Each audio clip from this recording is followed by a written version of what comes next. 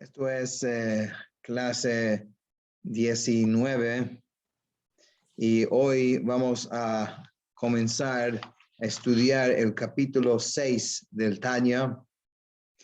El capítulo 6 ahora el Alter Rebbe va a enfocar en el alma animal para hacer un poquito de repaso de lo que hemos visto. Fuimos introducidos al alma animal, el Nefesh HaBehamit, al final del primer capítulo de Tanya.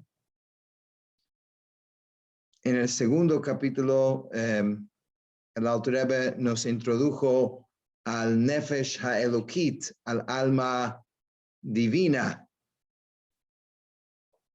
Y en el tercer capítulo de Tanya, el Alter Rebbe habló de los 10 facultades que tiene el Nefesh HaElokit. Jochma, Binah, Da'at, como explicamos cuando estudiamos ese capítulo. En el capítulo 4, el Alter Rebbe habló de los levushim, okay, que de las vestimentas de Machshavah, Dibur y Maaseh, pensamiento, hablar y acción.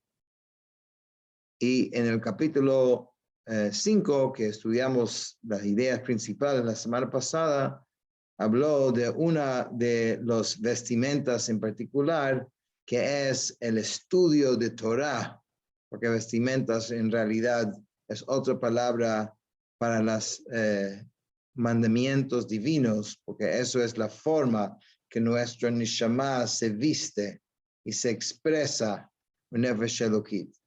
Y ahora vamos a regresar al tema del Nefesh HaBehamit, el alma animal. Ok, es interesante que en la Torah tenemos una historia que seguramente muchos recuerdan, la historia de Jacob con Esav. Sabemos que Rivka no podía tener hijos. Finalmente Rivka está embarazada y descubre que tiene gemelos dentro de su vientre. Uno es Jacob y otro es Esav. Estos gemelos que Rivka tuvo es la mística judía, es como una metáfora para los morochos, para los gemelos que cada judío tiene adentro. Cada judío tiene adentro un Nefesh HaElokit, un alma divina, y tiene un Nefesh HaBehamit, un alma animal. Y ahora vamos a ver por qué son gemelos, por qué se parecen mucho. Se parece la arquitectura, la forma de estos dos Neshamot es muy parecido, con obviamente diferencias importantes, pero la infraestructura, la arquitectura general es muy parecido. Y por eso el Alter Rebbe comienza el capítulo 6 con la siguiente frase. Dice, Vehine ze leumat ze asa Elokim. Hashem hizo uno contra el otro. Esto es una frase de Shlomo HaMelech, del rey Salomón, que él dice, Ze leumat ze asa Elokim. Hashem creó su mundo de tal forma que siempre hay uno enfrente o opuesto al otro. En otras palabras, para que hubiese libre albedrío, para que cada persona pueda escoger entre el bien y el mal, Hashem tuvo que crear estos dos poderes del bien y del mal, en este caso del Nefesh Elokit y el Nefesh HaBehamit, que ambas tengan poder.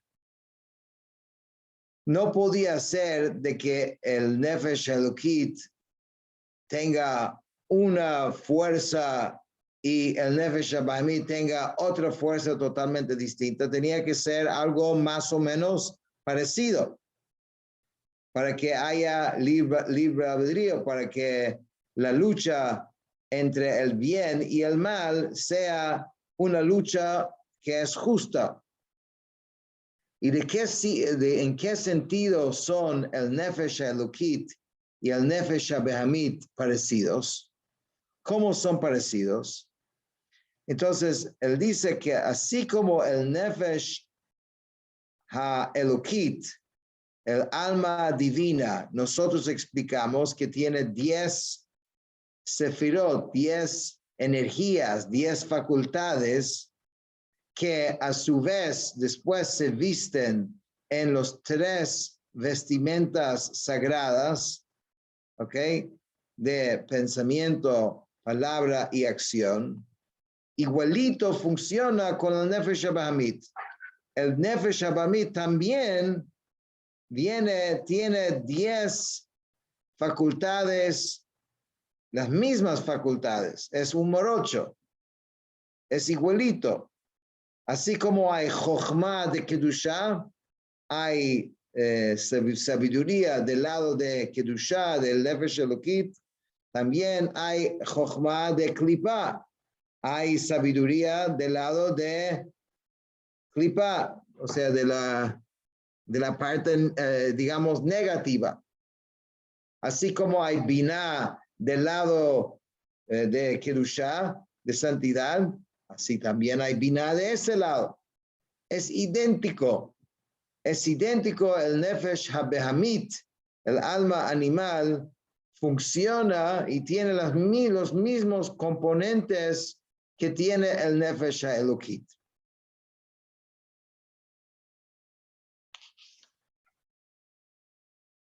Pero hay una diferencia fundamental entre el Nefesh HaElokit y el Nefesh HaBehamit.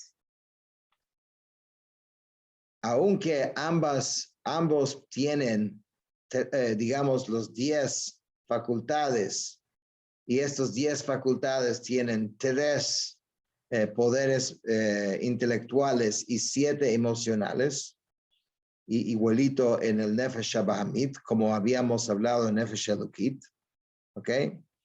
Sin embargo, la diferencia es que mientras que el Nefesh HaElokit, el Nefesh divina, primeramente viene el intelecto. Primeramente uno contempla, uno piensa, hay Jochma, Binah y Dat, y luego esto despierta la emoción, la parte emocional del Nefesh Elokit. El alma animal funciona al revés. Primeramente viene la parte emocional y luego esa parte emocional influye sobre el seichel, sobre el intelecto. Entonces, si bien somos morochos y ambos tienen intelecto y ambos tienen emoción, hay una gran diferencia si primeramente viene el intelecto y luego la emoción. O sea, la emoción es producto del intelecto, o si el intelecto es como al servicio de las emociones. Y eso es algo que es sumamente importante en la vida diaria. ¿Qué viene primero? ¿Viene primero el intelecto o viene primeramente digamos, la emoción? Y en realidad, la diferencia entre el ser humano y el animal no es solamente en el hecho de que el ser humano tiene intelecto y el animal no tiene intelecto. Eso no es la única diferencia, porque realmente en eso no se puede comparar. Si el animal no tiene intelecto, no hay punto de comparación. La diferencia más importante que hay es el ser humano tiene la capacidad de que su intelecto sea lo que dictamina y dirija las emociones, o puede ser al revés. Puede ser que las emociones dictamina y dirija o manipula cómo funciona nuestra mente. Esto es la diferencia fundamental entre el Nefesh HaElokit y el Nefesh HaBehamit, el alma divina y el alma animal. Si lo miras, a los dos son morochos. Los dos tienen Chokhmah, los dos tienen Binah, los dos tienen Dat, tienen todas las mismas facultades, las mismas energías. Los dos se visten y se expresan a través de Machshavah, pensamiento, Dibur y Maaseh. ¿Ok? Los dos igualito. Pero hay esa diferencia fundamental. Pero obviamente, como el Nefesh HaElokit, el alma divina, tiene que percibir y tiene que llegar a una conciencia que no está aquí mismo, no está tan a su alcance. Entonces, por eso requiere que su poder intelectual se activa para poder alcanzar y agarrar la fuerza divina que tiene. Y de ahí puede empezar a crear emociones que son divinas. En cambio, el alma animal, sus emociones son muy natural. Uno no tiene que trabajar muy duro o muy fuerte para emocionarse para comer, ¿correcto? No es que tienes que contemplar y meditar.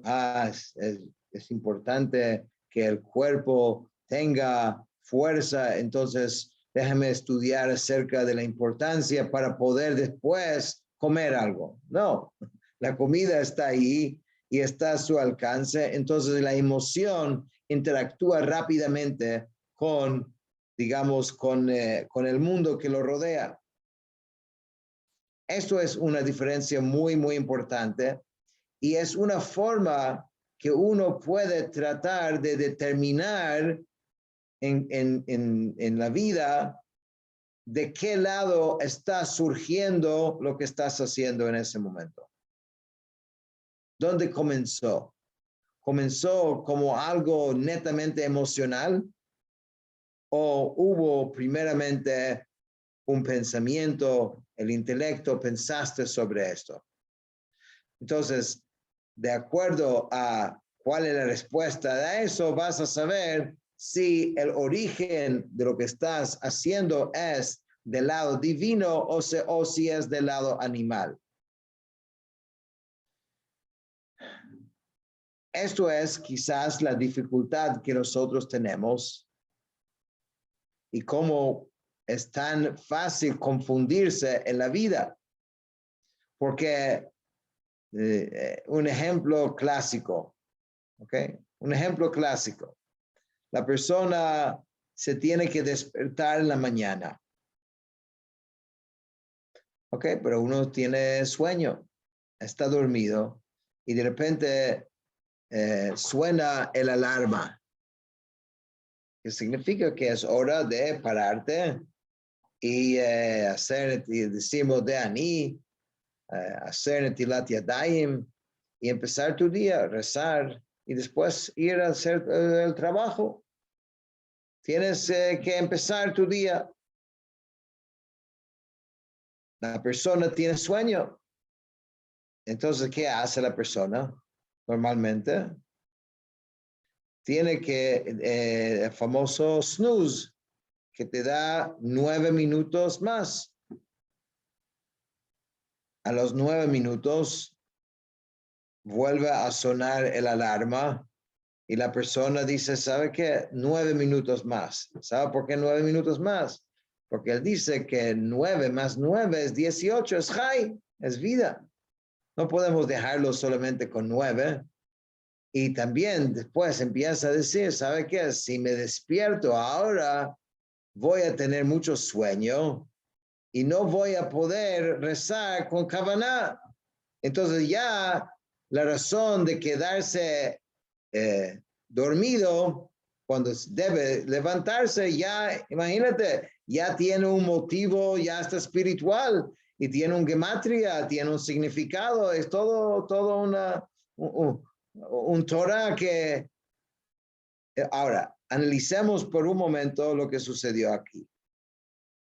¿Qué es lo que está, digamos, detrás de su querer, digamos, de quedar en la cama? ¿Qué hay detrás de eso? Primeramente hubo algo intelectual que él pensó de la importancia de rezar, digamos, cuando uno está sueño y después tomó la decisión de quedarse en la cama, o fue al revés. Primeramente tuvo simplemente el deseo, la emoción de quedarse, tiene sueño, de quedarse en la cama. Y después de eso llegó la parte intelectual para justificar lo que está haciendo.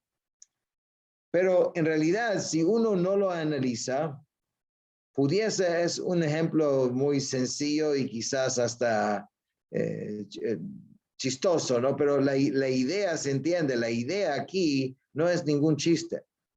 La idea es que durante un día es muy fácil tomar decisiones y pensar que tomaste la decisión por razones espirituales, por razones de, digamos, trascendentales, cuando en realidad la razón que tomaste esa decisión es netamente emocional.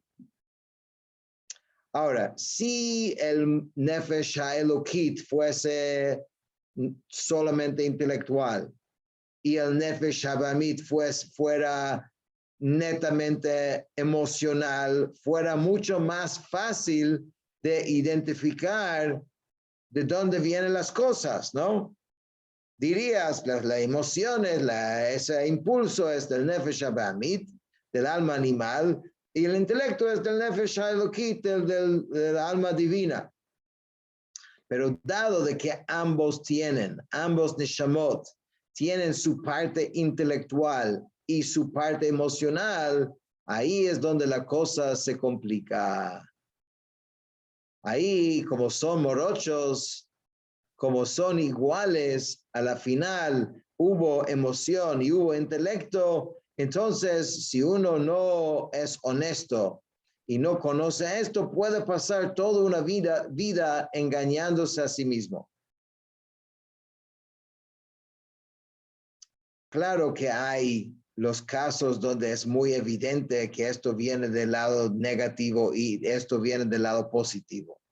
Un acto netamente malo, obviamente viene del mal, del lado negativo. Un acto netamente bueno viene del lado positivo. Ok, pero no estamos hablando de esto. Hay tanto que uno hace en un día, ok, que no es mal o bien como en sí. Y eso nos lleva, bueno, antes de llegar al siguiente punto,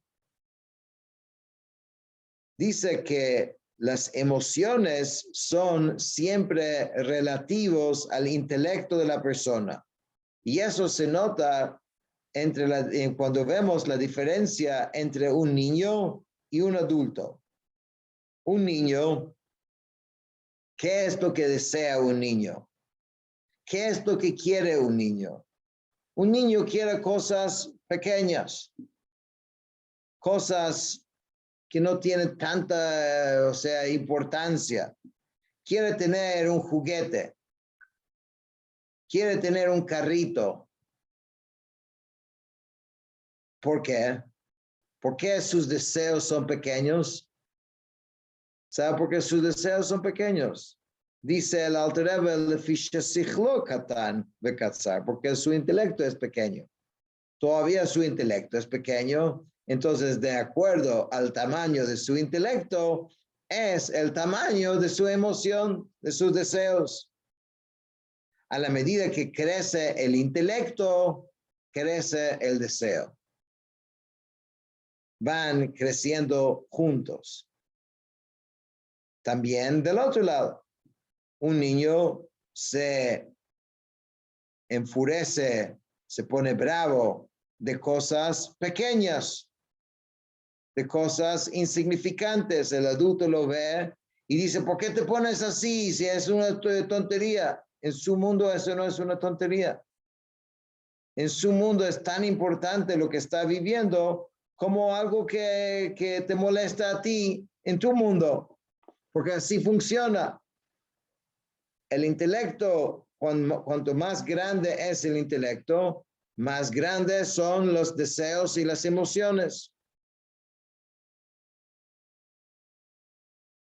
Entonces, en resumen, así como el Nefesh Elokit tiene facultades y tiene poderes, y estos poderes a su vez se visten en pensamientos, palabras y acciones, igual es el Nefesh Abahamit. El Nefesh Abahamit es una fuerza. El alma animal tiene sus facultades, sus energías, sus fuerzas, y también se viste en pensamientos, palabras y acciones.